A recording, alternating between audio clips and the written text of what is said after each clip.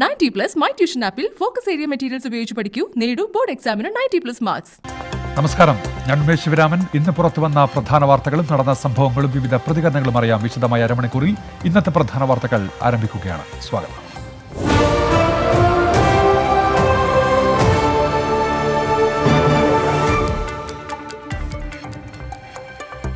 ഇരട്ട വോട്ട് സ്ഥിരീകരിച്ച് തെരഞ്ഞെടുപ്പ് കമ്മീഷൻ അന്വേഷണം പ്രഖ്യാപിച്ചു. ആസൂത്രിത നീക്കമാണോ എന്നും പരിശോധന. രണ്ടിടത്ത് പേരുണ്ടെങ്കിൽ ഒന്നൊഴിവാക്കും. കോവിഡ് കാലത്ത് അപേക്ഷകൾ പരിശോധിക്കാൻ കഴിയാത്തതും ഇരട്ടിപ്പിന് കാരണമായെന്ന് ടിക്കാറാം മീണ. ഇരട്ട വോട്ട് ഇതാദ്യമല്ലെന്നും വിശദീകരണം. 140 മണ്ഡലങ്ങളിലും വിശദ പരിശോധന തുടങ്ങി. പ്രാഥമിക അന്വേഷണം നടത്തിയപ്പോൾ ഈ പരാതിയിലെ ഉന്നയിച്ച കാര്യങ്ങൾ അത് സ്ഥിരീകരിച്ചിട്ടുണ്ട്. അത് ഒരു പരിധി വരെ സത്യം തന്നെയാണ്. ഇരട്ട വോട്ടുകൾ ഉണ്ട്. ഉദുമ സ്വദേശി കുമാരിക്ക് 5 വോട്ടർ കാർഡ് നൽകിയ തെരഞ്ഞെടുപ്പ് ഓഫീസറെ സസ്പെൻഡ് ചെയ്തു. തുടരന്വേഷണത്തിന് ശുപാർശ. This Tahsildar has given the certificate from Uduma also that these other 4 cards have been destroyed. Only 1 card is allowed. And this lady also is not aware about this, whether she got 5 cards or not. ഇതാണ് സംക്ഷിപ്തമായിട്ട് എനിക്ക് പറയാനുള്ളത്. ബാക്കി കാര്യങ്ങൾ ഈ തുടരെ ആയിട്ട് investigation നടക്കുകയാണ്.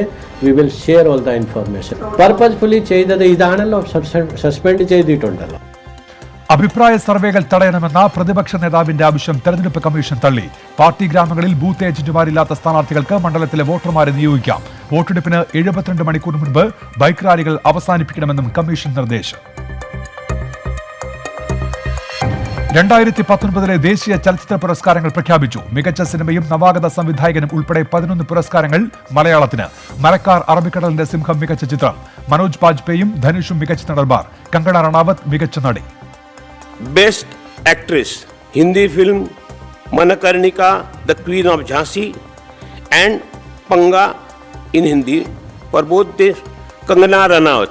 Best actor again it is shared by 2 wonderful actors. First is for film Bhosle, the actor is Manoj Bajpayee and the other person is for Tamil film Asuran, actor Dhanush. ഹെലനിലൂടെ മികച്ച പുതുമുഖ സംവിധായകനുള്ള പുരസ്കാരം Mathukutty Xavier സ്വന്തമാക്കി. ചിത്രത്തിലെ മേക്കപ്പിന് രഞ്ജിത്തും പുരസ്കാരം നേടി. ജല്ലിക്കെട്ടിലൂടെ മികച്ച ഛായാഗ്രഹണത്തിനുള്ള പുരസ്കാരം ഗിരീഷ് ഗംഗാധരനും കോളാമ്പിയിലെ ആരോടും പറയുക വയ്യ എന്ന ഗാനരചനയ്ക്ക് പ്രഭാവർമ്മയ്ക്കും പുരസ്കാരം. നോൺ ഫീച്ചർ വിഭാഗത്തിൽ ഒരു പാതിരാ സ്വപ്നത്തിലൂടെ മികച്ച കുടുംബമൂല്യമുള്ള ചിത്രത്തിനുള്ള പുരസ്കാരം ശരൺ വേണുഗോപാൽ നേടിയപ്പോൾ വിപിൻ വിജയന്റെ സ്മോൾ സ്കെയിൽ സൊസൈറ്റിക്ക് പ്രത്യേക ജൂറി പരാമർശം ലഭിച്ചു.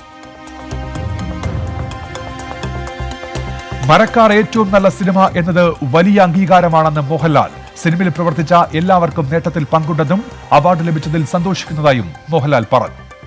ഒരുപാട് സന്തോഷത്തോടെയും ഒരുപാട് അഭിമാനത്തോടെയും കൂടിയാണ് ഞങ്ങൾ രണ്ടുപേരും നിങ്ങളുടെ മുമ്പിൽ ഇരിക്കുന്നത്. കാര്യം ഇന്ത്യയിൽ നിർമ്മിച്ച ഏറ്റവും നല്ല ചിത്രം മരക്കാർ, അറബിക്കടലിന്റെ സിംഹം സിനിമയ്ക്ക് ലഭിച്ചതിൻ്റെ സന്തോഷത്തിലാണ്.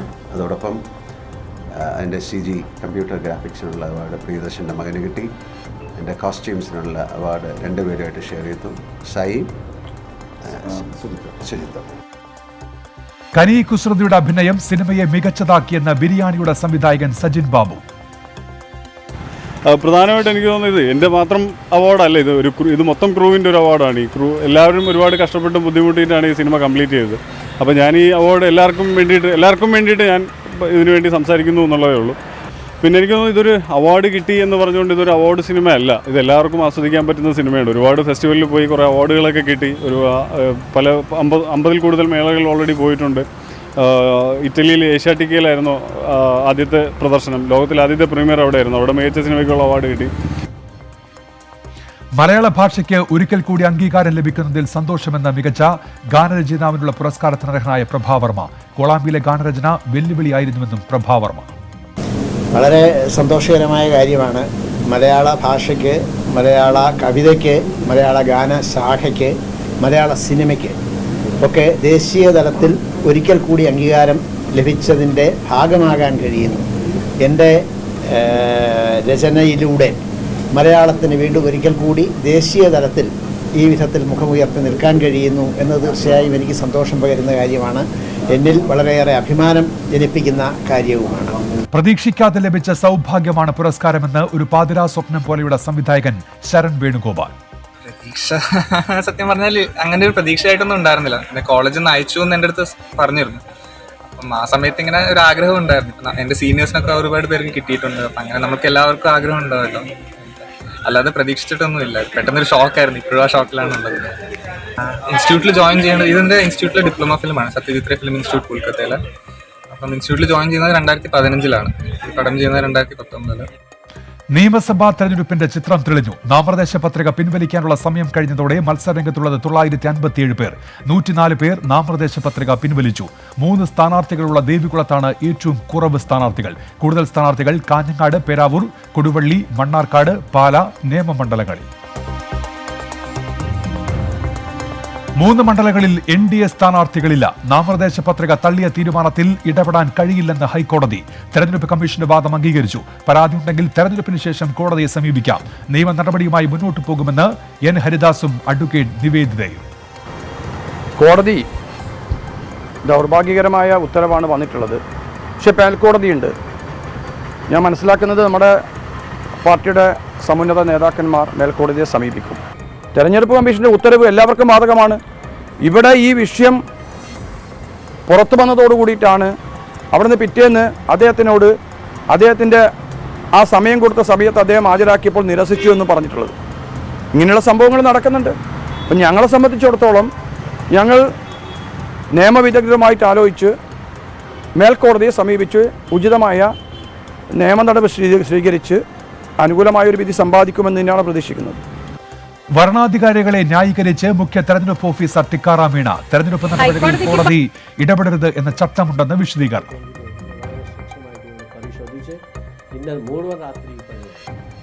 ഇങ്ങനെ ഒരു വരണാധികാരിയെ പറ്റി അങ്ങനെ ആക്ഷേപം പറയുന്നത് ശരിയല്ല. ബഹുമാനപ്പെട്ട കോടതി ഇത് തീരുമാനിച്ചിട്ടുണ്ട്. ഇനിയും അത് matter is under sub judice. അത് ഈ അപേക്ഷ ഈ ഘട്ടത്തിൽ തള്ളിയിട്ടുണ്ട്. ബാക്കി ബഹുമാനപ്പെട്ട കോടതി അത് പിന്നെ പരിശോധിക്കും. I think if somebody files A election petition, ആ ഘട്ടത്തിൽ ഇതൊക്കെ കാര്യങ്ങൾ പരിശോധിക്കേണ്ടതാണ്. കൊണ്ടോട്ടിയിലെ LDF സ്വതന്ത്ര സ്ഥാനാർത്ഥി KP സുലൈമാൻ ഹാജിയുടെ നാമനിർദ്ദേശ പത്രിക സ്വീകരിച്ചു. മുസ്ലിം ലീഗ് പ്രവർത്തകരുടെ പരാതി തള്ളിക്കൊണ്ടാണ് നടപടി. നാമനിർദ്ദേശ പത്രികയിൽ പിഴവില്ലെന്നും ആരോപണങ്ങൾ രാഷ്ട്രീയ പ്രേരിതമെന്ന് തെളിഞ്ഞതായും LDF. തീർച്ചയായിട്ടും കൊണ്ടോട്ടി നിയോജക മണ്ഡലത്തിലെ പരാജയ ഭീതി പൂണ്ടുകൊണ്ട് സുലൈമാൻ ഹാജിയുടെ സ്ഥാനാർത്ഥിയുടെ ഭാഗമായി കൊണ്ട് പരാജയപ്പെടും എന്ന് കണ്ടുകൊണ്ടു തന്നെയാണ് വ്യക്തിഹത്യയടക്കം നടത്തുന്ന രൂപത്തിലേക്കുള്ള ബോധപൂർവമായ ശ്രമം ലീഗിന്റെ ഭാഗത്തു നിന്നും ഉണ്ടായിട്ടുള്ളത്. സമ്പന്നനായ ഇടതു സ്ഥാനാർത്ഥിയിൽ നിന്ന് വരണാധികാരി പങ്കുപറ്റിയെന്ന് പരാതിക്കാർ. സുലൈമാൻ ഹാജി വിവരങ്ങൾ മറച്ചുവെച്ചെന്ന ആരോപണങ്ങൾ മുസ്ലിം ലീഗ് പ്രതിനിധികൾ ആവർത്തിച്ചു. പത്രിക സ്വീകരിച്ചെങ്കിലും നിയമ നടപടികളുമായി മുന്നോട്ടു പോകാനാണ് UDFന്റെ തീരുമാനം. ഒരു മുൻധാരണയിൽ എടുത്ത തീരുമാനം എന്നുള്ള നിലക്ക് തന്നെ അദ്ദേഹം ഈ പറയുന്ന കാര്യങ്ങളൊന്നും തന്നെ റെഫർ ചെയ്യുകയോ കൃത്യമായി പരിഗണിക്കാതെയുമാണ് അദ്ദേഹം ഈ പറയുന്ന കാര്യത്തിൽ ഒരു തീരുമാനമെടുത്തിരിക്കുന്നത്. തെരഞ്ഞെടുപ്പ് പടിവാതിൽക്കൽ എത്തി നിൽക്കെ കൊമ്പ് കോർത്ത് NSSും ഇടതുമുന്നണിയും. സത്യം പറയുന്നത് കൊണ്ടാകാം NSS എതിർക്കുന്നതെന്ന് CPI സംസ്ഥാന സെക്രട്ടറി കാനം രാജേന്ദ്രൻ. ഞങ്ങളുടെ സൗഹൃദത്തിന് ഇപ്പോഴും യാതൊരു തകരാറുമില്ല. ഞാൻ സത്യം പറഞ്ഞു എന്നതായിരിക്കും ചിലപ്പോൾ അവർക്ക് വിമർശനമുള്ളത്. അത് രാഷ്ട്രീയമാണ് എന്ന് പറയേണ്ടി വരും. അത് ആരെയെങ്കിലും സഹായിക്കാനല്ലെങ്കിൽ ഇങ്ങനെ പറയണോ? തെരഞ്ഞെടുപ്പിൽ വിഷയമാക്കാൻ മാത്രം ശബരിമലയെ ഉയർത്തിക്കൊണ്ടുവരികയാണെന്ന് മുഖ്യമന്ത്രി പിണറായി വിജയൻ. ഇതൊക്കെ കേസ് വരുമ്പോൾ ആലോചിക്കേണ്ട കാര്യമാണല്ലോ. അത് പലവട്ടം ഞാൻ പറഞ്ഞു കഴിഞ്ഞതാണ്. ഇപ്പോൾ അത് നമ്മുടെ ആരുടെയും മുന്നിൽ വിഷയമല്ല. ഇപ്പോഴും തെരഞ്ഞെടുപ്പിൽ ഇതൊരു വിഷയമാക്കാൻ വേണ്ടി ചിലർ ശ്രമിക്കുന്നതുകൊണ്ട് മാത്രം ഉയർത്തിക്കൊണ്ടുവരുന്ന ഒരു വിഷയവും ഇപ്പം നമ്മുടെ മുന്നിലില്ല. അത് വരട്ടെ, അപ്പോൾ നമുക്ക് ആലോചിക്കാം എന്താണ്. അധികാരത്തിന്റെ തള്ളലിൽ വിശ്വാസങ്ങളും ആചാരങ്ങളും മറന്നുപോകുന്നവർക്ക് തിരിച്ചടി ഉണ്ടാകുമെന്ന മുന്നറിയിപ്പുമായി NSS രംഗത്തെത്തി. ചില ഇടതു നേതാക്കളുടെ വിമർശനങ്ങൾ അതിരിക്കടക്കുന്നുവെന്നും NSSന് പാർലമെന്ററി മോഹങ്ങൾ ഇല്ലെന്ന് വ്യക്തമാക്കിയ G സുകുമാരൻ നായർ വിമർശനങ്ങളെ അർഹിക്കുന്ന അവഗണനയോടെ തള്ളിക്കളയുകയാണെന്നും വ്യക്തമാക്കി. തെരഞ്ഞെടുപ്പ് പ്രചാരണം അടുത്ത ഘട്ടത്തിലേക്ക് കടന്നതോടെ ശബരിമല വിഷയം സജീവ ചർച്ചയാക്കി നിർത്തുകയാണ് NSS. ആഴക്കടൽ മത്സ്യബന്ധന കരാർ വിവാദത്തിൽ സംസ്ഥാന സർക്കാരിനെ രൂക്ഷമായി വിമർശിച്ച് രാഹുൽ ഗാന്ധി. മത്സ്യത്തൊഴിലാളികൾക്കെതിരായി ഇടതു സർക്കാർ രഹസ്യ കരാറാണ് ഉണ്ടാക്കിയത്. കൈയോടെ പിടിക്കപ്പെട്ടപ്പോഴാണ് കരാറിൽ നിന്ന് പിന്മാറിയതെന്നും രാഹുൽ ഗാന്ധി പരിഹസിച്ചു. Why is the government of Kerala hiding the truth from these people? Why are you making a deal with the American company secretly? Why don't you go first to those people selling fish over there and to all the fishermen in Kerala and say to them, listen, we are making a deal with this American company, because you don't have the guts to face them. Because if the chief minister goes or the LDF leaders go to the fishermen and say to them, we are making a deal with the American company, you know what will happen. So you are silently destroying their lives. പിൻവാതിൽ നിയമനത്തിനും രാഹുൽ ഗാന്ധിയുടെ വിമർശനം. ഇടത് സംഘടനാ അംഗങ്ങൾക്കാണ് സംസ്ഥാനത്ത് ജോലി ലഭിക്കുന്നതെന്നും രാഹുൽ ഗാന്ധി കുറ്റപ്പെടുത്തി. തെരഞ്ഞെടുപ്പ് പ്രചാരണ പരിപാടിയിലാണ് രാഹുൽ ഗാന്ധിയുടെ വിമർശനം. കൽപ്പറ്റ സീറ്റിൽ ജില്ലയിൽ നിന്നുള്ളയാളെ തടഞ്ഞതിലും പാർട്ടിയിലെ സ്ത്രീകളോടുള്ള അവഗണനയിലും പ്രതിഷേധിച്ച് KPCC vice president KC Rosakutty പാർട്ടി വിട്ട് CPIM-ൽ ചേർന്നു. കോൺഗ്രസ് നേതൃനിരക്കെതിരെ രൂക്ഷ വിമർശനം ഉന്നയിച്ചാണ് KC റോസക്കുട്ടിയുടെ പടിയിറക്കം.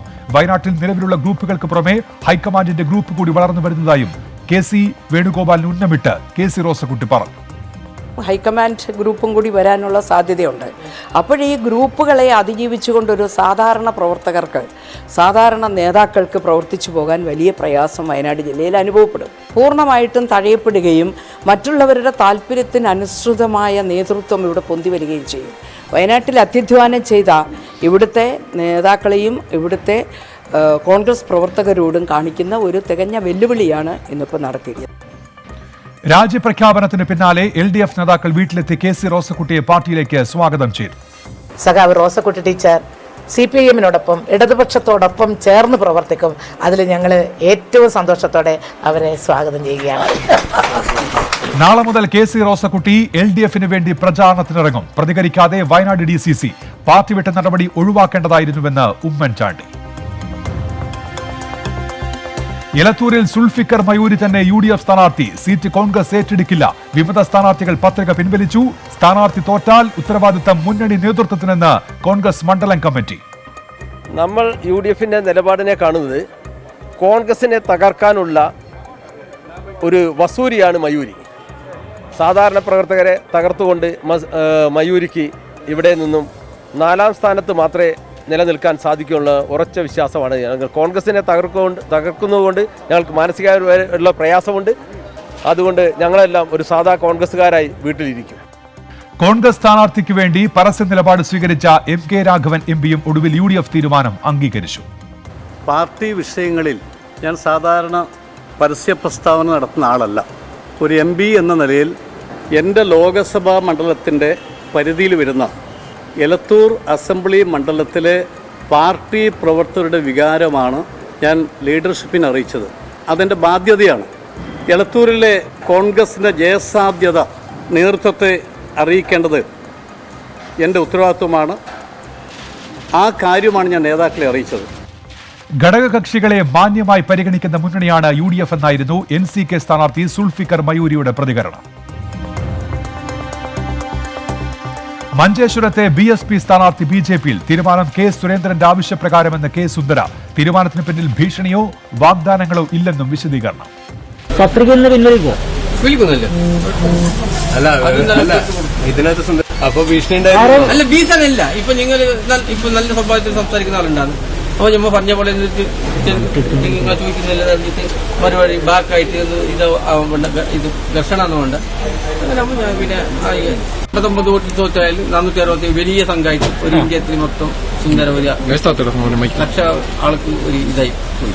അങ്ങനെ അത് വേണ്ട. അപ്പോൾ അയാൾ ജയിക്കുന്നെങ്കിൽ ജയിക്കട്ടെ, ഇപ്പോൾ ജയിക്കട്ടെ പറഞ്ഞിട്ട് അപരനെ സ്വന്തം ക്യാമ്പിലെത്തിച്ച് കൂടുതൽ വോട്ട് നേടാമെന്നാണ് BJP-യുടെ കണക്കുകൂട്ടൽ. പാലായിലെ UDF സ്ഥാനാർത്ഥി മാണി സി കാപ്പനെ രൂക്ഷമായി വിമർശിച്ച് മുഖ്യമന്ത്രി പിണറായി വിജയൻ. സ്വന്തം പാർട്ടിയെയും മുന്നണിയെയും വഞ്ചിച്ച മാണി സി കാപ്പൻ അവസരവാദിയാണെന്ന് മുഖ്യമന്ത്രി കുറ്റപ്പെടുത്തി. ജോസ് കെ മാണിയുടെ ഇടതുമുന്നണി പ്രവേശനത്തെ മുഖ്യമന്ത്രി ന്യായീകരിച്ചു. പാലായിൽ മാണി സി കാപ്പൻ വിജയിച്ചത് മുന്നണിയുടെ മികവ് കൊണ്ടാണെന്നും പിണറായി വിജയൻ തുറന്നടിച്ചു. കോൺഗ്രസുമായി ബന്ധപ്പെടുന്നവരെല്ലാം വിശ്വസിക്കാൻ പറ്റാത്തവരെന്ന് പറഞ്ഞ് കോൺഗ്രസിനെ ഉപേക്ഷിക്കുമ്പോഴാണ് ഇവിടെ ഒരവസരവാദി കോൺഗ്രസിനോടൊപ്പം ചേർന്ന് എൻ്റെ മികവ് കാണിച്ചു കളയും എന്ന് പറഞ്ഞുകൊണ്ട് പുറപ്പെടുന്നത്. അത് പണ്ട് ആനപ്പുറത്ത് കയറിയ കഥയില്ലേ, ആ കഥയിൽപ്പെട്ടതാണ്. ഇദ്ദേഹം ധരിച്ചത് ഇദ്ദേഹത്തിൻ്റെ ഒരു മികവിൻ്റെ പിന്നാലെ എല്ലാവരും ഇങ്ങനെ അടിവെച്ച് അണിനിരക്കുകയാണെന്നാണ്. അതിപ്പോൾ കാണാൻ പോവുകയാണ്. ആ സന്ദേശമാണ് നിങ്ങൾ ഈ മഹാസമ്മേളനത്തിലൂടെ നൽകുന്നത്. വഞ്ചനക്ക് ശരിയായ മറുപടി നൽകുക, അവസരവാദിയെ പൂർണ്ണമായും ഒറ്റപ്പെടുത്തുക. അവസരവാദി ആരാണെന്ന് പാലായിലെ ജനങ്ങൾക്കറിയാമെന്നായിരുന്നു മാണി സി കാപ്പന്റെ പ്രതികരണം. ഞാൻ യഥാർത്ഥത്തിൽ മുഖ്യമന്ത്രിയുടെ കമ്പനിയെ കുറിച്ചൊന്നും പ്രതികരിക്കാനില്ല. പക്ഷേ റിസൾട്ട് വരുമ്പോൾ അറിയാം ആരാരെ ചതിച്ചു എന്നും.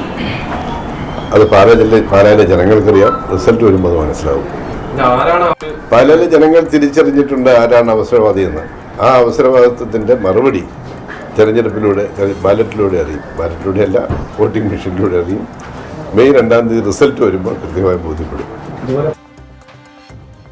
കേരള കോൺഗ്രസ് ജോസ് വിഭാഗത്തിന് ട്രാക്ടർ ഓടിക്കുന്ന കർഷകൻ ചിഹ്നം അനുവദിച്ചു. കർഷക സമരത്തിന്റെ പശ്ചാത്തലത്തിൽ ചിഹ്നത്തിന്റെ പ്രസക്തി ഏറെയാണെന്ന് പി ജെ ജോസഫ്. ചിഹ്നവുമായി സ്ഥാനാർത്ഥികൾ പ്രചാരണത്തിൽ സജീവമായി.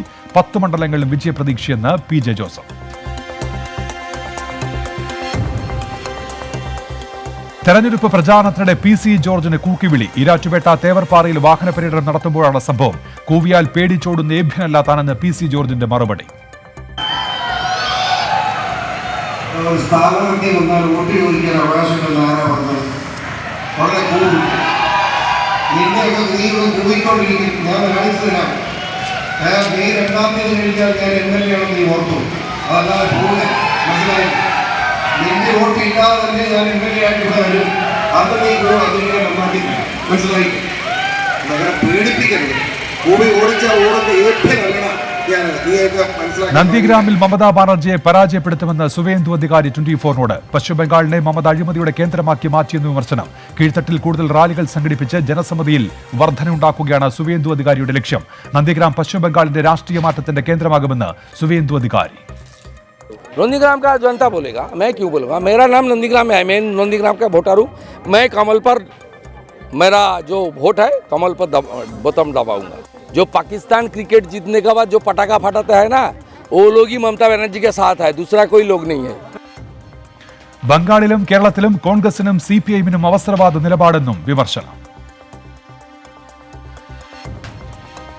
തമിഴ്നാട്ടിൽ BJP പ്രകടന പത്രിക പുറത്തിറക്കി. പ്രകടന പത്രിക പുറത്തിറക്കിയത് കേന്ദ്രമന്ത്രി നിതിൻ ഗഡ്കരി. 50 ലക്ഷം തൊഴിലവസരം ഉണ്ടാകുമെന്ന് വാഗ്ദാനം. കൃഷിക്കായി പ്രത്യേക ബജറ്റ് തയ്യാറാക്കും. മത്സ്യത്തൊഴിലാളികൾക്ക് വർഷം തോറും 6000 രൂപ നൽകുമെന്നും വാഗ്ദാനം.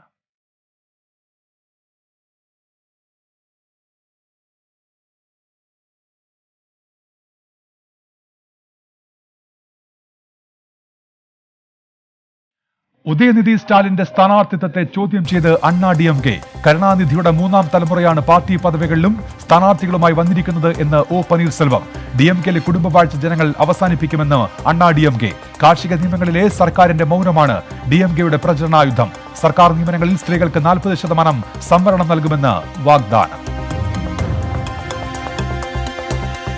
സ്വർണ്ണക്കടത്ത് കേസിൽ സ്വപ്ന സുരേഷിന് ജാമ്യമില്ല. കൊച്ചി NIA കോടതി ജാമ്യാപേക്ഷ തള്ളി. സന്ദീപ് നായർ ഉൾപ്പെടെ മറ്റാറു പേർക്കും ജാമ്യമില്ല. കള്ളപ്പണം വെളുപ്പിച്ച കേസിൽ മുൻ മന്ത്രി VK ഇബ്രാഹിം കുഞ്ഞ് ഇന്നും ചോദ്യം ചെയ്യലിന് ഹാജരായില്ല. ശാരീരിക അവശതകളെന്ന് എൻഫോഴ്സ്മെന്റിനെ അറിയിച്ചു. കടുത്ത നടപടിക്കൊരുങ്ങി ED ചോദ്യം ചെയ്യലിൽ നിന്ന് ഒഴിഞ്ഞു മാറുന്നതിനെതിരെ കോടതിയെ സമീപിച്ചേക്കും.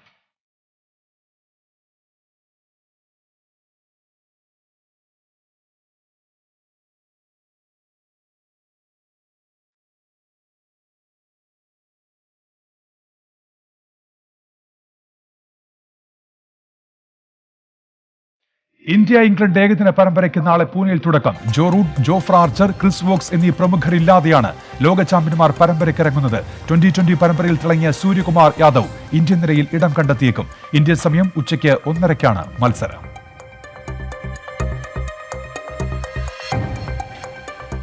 ഇന്ത്യ ലോകത്തെ ഏറ്റവും ശക്തമായ 4ാമത്തെ സൈനിക ശക്തി എന്ന റിപ്പോർട്ട്. ചൈനയാണ് പട്ടികയിൽ 1ാമത്. അമേരിക്ക 2ാം സ്ഥാനത്തും റഷ്യ 3ാം സ്ഥാനത്തും. പ്രതിരോധത്തിനായി ലോകത്തെ ഏറ്റവും കൂടുതൽ പണം ചെലവാക്കുന്നത് America.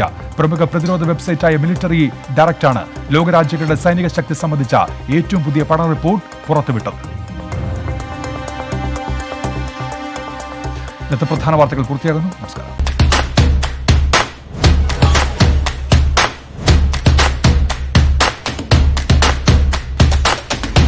number one election channel 24.